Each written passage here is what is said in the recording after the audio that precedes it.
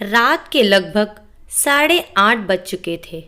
मीना रसोई में रात का खाना बना रही थी और खाना लगभग बन ही चुका था। केवल दाल में तड़का लगाना ही बाकी था। वैसे भी आज उसने हल्के फुल्के दाल चावल ही बनाए थे। दोपहर में कुछ मेहमान आए थे, इसीलिए मटर पनीर और छोले दोनों की ही सब्जी बनी थी। तो रात में हल्का फुल्का ही ठीक रहता है। अभी मीना यह सोच ही रही थी कि सास सरोज जी ने रसोई में प्रवेश किया। बहू रजनी के सास ससुर आने वाले हैं, फटाफट से खाना बना दो, कुछ बढ़िया सा बना देना, आखिर समधी आए हैं, कोई कंजूसी मत करना, ऐसा ना हो कि कल को रजनी को 2 बातें सुननी पड़े। मैं जरा सोफे के कवर बदल देती हूँ। मीना के जवाब की प्रतीक्षा किए बिना ही सास सरोज जी बाहर चली गईं, क्योंकि वह जानती थी कि मीना सब कुछ संभाल लेगी। लेकिन सरोज जी की बात सुनते ही मीना को 2 हफ्ते पहले की घटना याद आ गई और ना चाहते हुए भी उसका मन एक बार फिर से दुखी हो गया।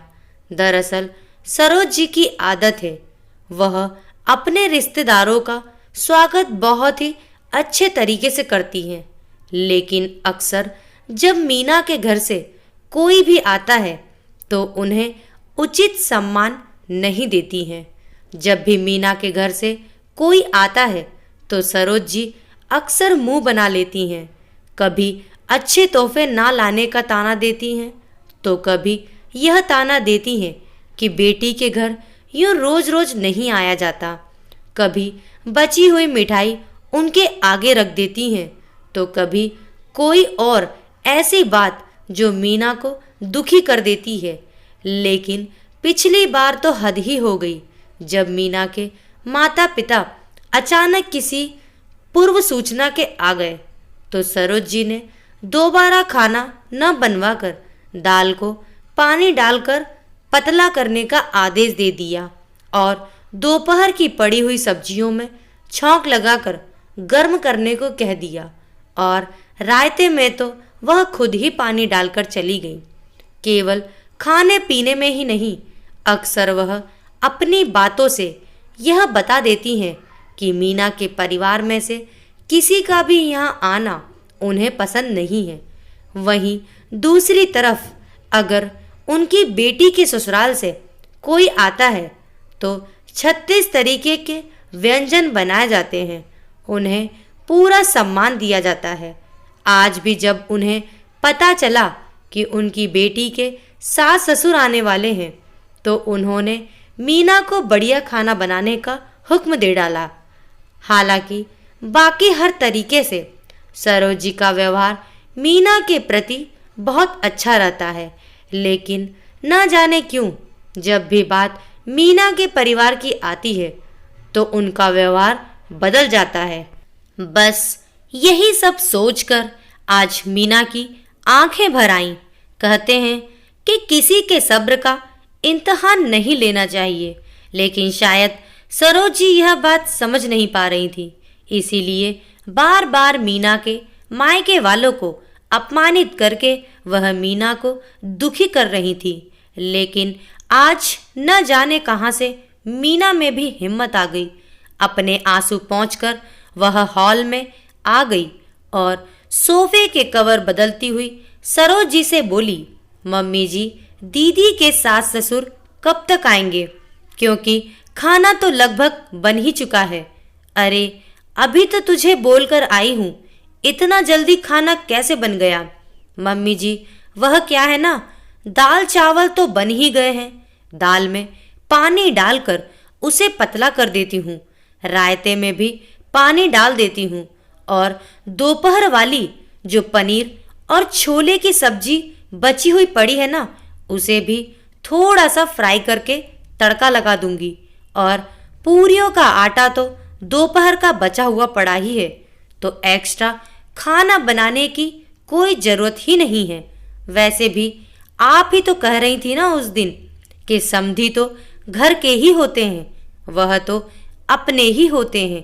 वह थोड़ी ना बुरा मानेंगे अगर हम उन्हें दोपहर का खाना खिला देंगे।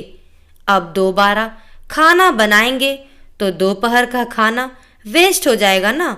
याद है मम्मी जी आपको, उस दिन जब मेरे मम्मी पापा आए थे तब आपने यही कहा था, तो फिर आज भी ऐसा करते हैं।